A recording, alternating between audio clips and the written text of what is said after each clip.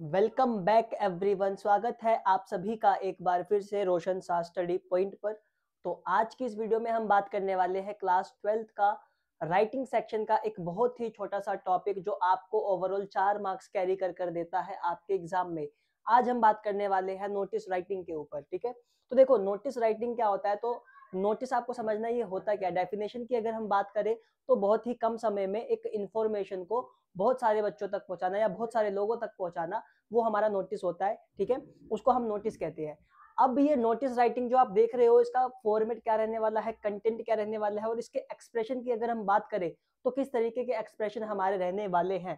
ठीक है, तो देखो आपको यहाँ पे ध्यान देना है, आपके जो यहाँ पे 4 नंबर डिसाइड किए गए हैं वो 4 नंबर आपको किस तरीके से मिलने वाले हैं। यानी कि एग्जाम में पार्ट बी का जो सेक्शन होगा, आपका पहला क्वेश्चन आपको नोटिस देखने को मिलेगा जो कि कम से कम 4 नंबर का होने वाला है। ठीक है, अब ये 4 नंबर डिवाइड किस तरीके से किए गए हैं, तो फॉर्मेट की अगर हम बात करें तो फॉर्मेट के लिए आपको यहाँ पर 1 नंबर दिया जाएगा। फॉर्मेट में आपको कैसी चीजें इंक्लूड करनी है, अगर आप नोटिस लिख रहे हो तो आपको ध्यान देना है कि आप डेट अच्छी तरीके से मेंशन करो जो क्वेश्चन पेपर में दिया गया है। साथ ही साथ आप उसकी हेडिंग को अच्छी तरीके से, जो आपका टॉपिक का नेम है, ठीक है, उसको आपको अच्छे से एक्सप्लेन करना है। राइटर का नेम आपको लिखना है, जो क्वेश्चन पेपर में नेम मेंशन होगा आपको उसी नेम को उसमें अपने आंसर शीट में मेंशन करना है। आप अपना नाम नहीं लिख के आओगे। साथ ही साथ आपको अपनी जो डेजिग्नेशन है, आपका जो ओहदा है, आपका जो पद है, जो क्वेश्चन पेपर में मेंशन है वही आपको देना। जैसे हेड बॉय, हेड गर्ल होता है, तो ये सारी चीजें आपको फॉर्मेट के अंदर रखनी है। और अगर आपने इसमें बिल्कुल भी मिस्टेक नहीं करा है तो आप 1 नंबर इजीली यहाँ पर ले सकते हो। कंटेंट की अगर हम बात करें तो कंटेंट यहाँ पे आपको 2 नंबर कैरी कर देता है। ठीक है, अब हम कंटेंट में कैसे पॉइंट्स मेंशन करेंगे, तो देखो यहाँ पे क्या दिया गया है, it must answer the questions what, when, where and how. ठीक है, मतलब जो आप नोटिस लिखोगे तो उसमें आप क्या चीजें लिखने वाले हो। ठीक है, आपके नोटिस में क्या होने वाला है।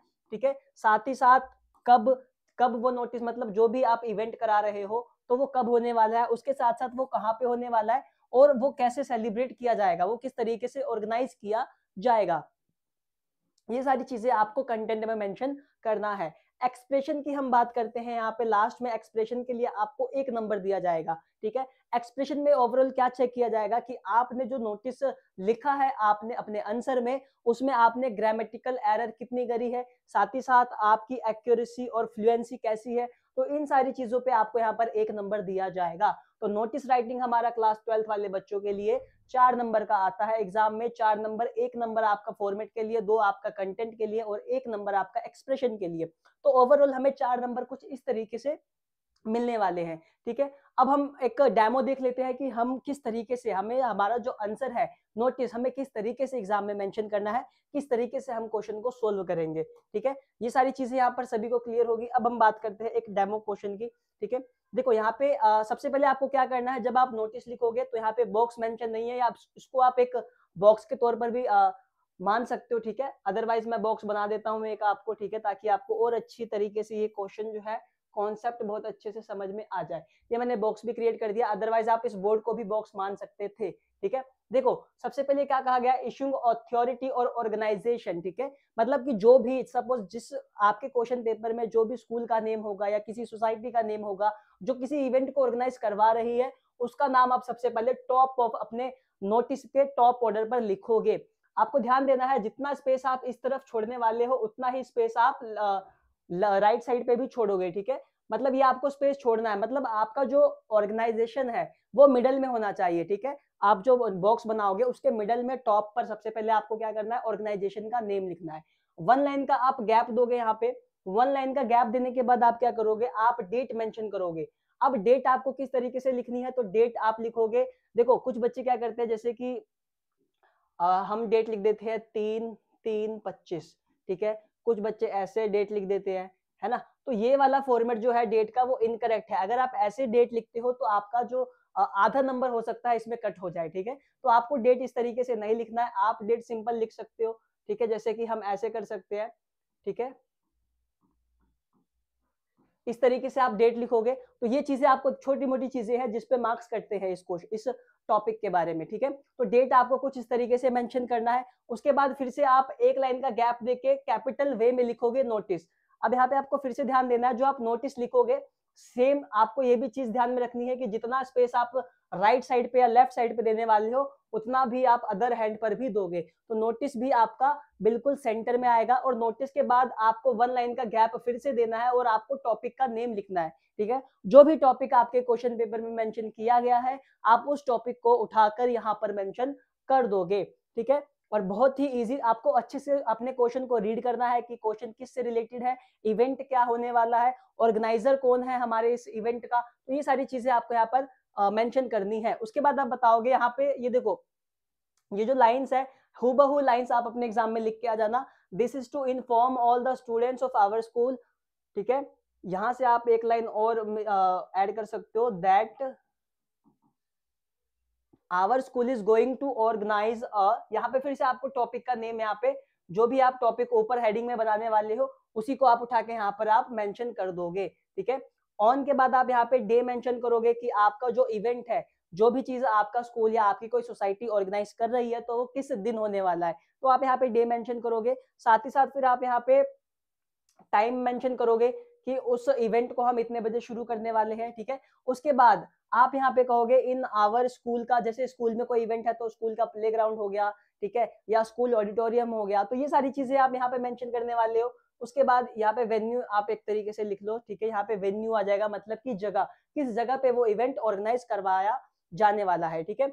Those who are interested to participate in this may give their name to under sign dated by, उसके बाद यहाँ पे जो भी क्वेश्चन पेपर में नेम होगा उस नेम को आपको यहाँ पर मेंशन कर देना है और नीचे आपको लिख देना है हेड बॉय और हेड गर्ल, जो भी आपके क्वेश्चन पेपर में मेंशन है उन सारी चीजों को आपको ध्यान में रखना है।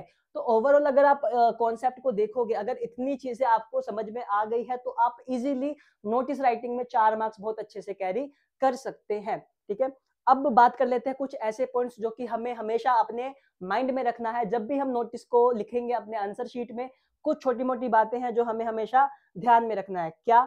तो सबसे पहले इधर देखो मेंशन किया गया है, a notice is always written in a box, ठीक है। तो नोटिस अगर आप लिख रहे हो तो बॉक्स बनाना मत भूलना, क्योंकि बॉक्स का ना आपको हाफ मार्क्स मिलने वाला है, ठीक है। Name of the institution, organisation या फिर ऑफिस कुछ भी आ सकता है, तो आपको अच्छे से रीड करके फाइंड आउट करना है कि ऑर्गेनाइज कौन करवा रहा है, ठीक है, ऑर्गेनाइजर कौन है।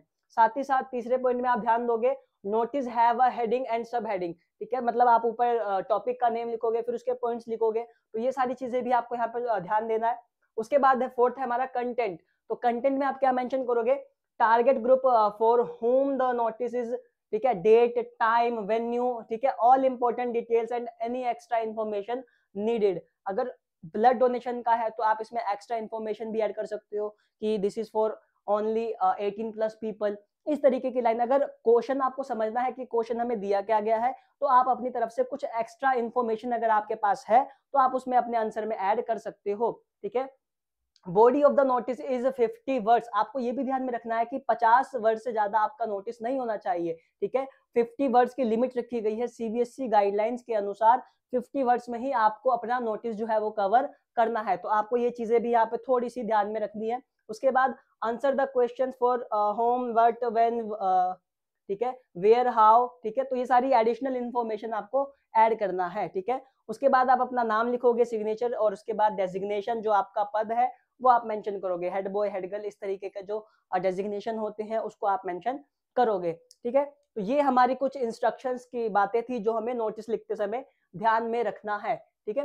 तो ये हमारा आज का टॉपिक था, नोटिस राइटिंग क्लास 12th वाले बच्चों के लिए बहुत इंपॉर्टेंट है, 4 नंबर कैरी कर देता है। और अगर आप सारी चीजों, सारे पॉइंट्स को अगर आप समझ गए हो तो आप इजीली 4 नंबर बहुत आसानी से ला सकते हैं।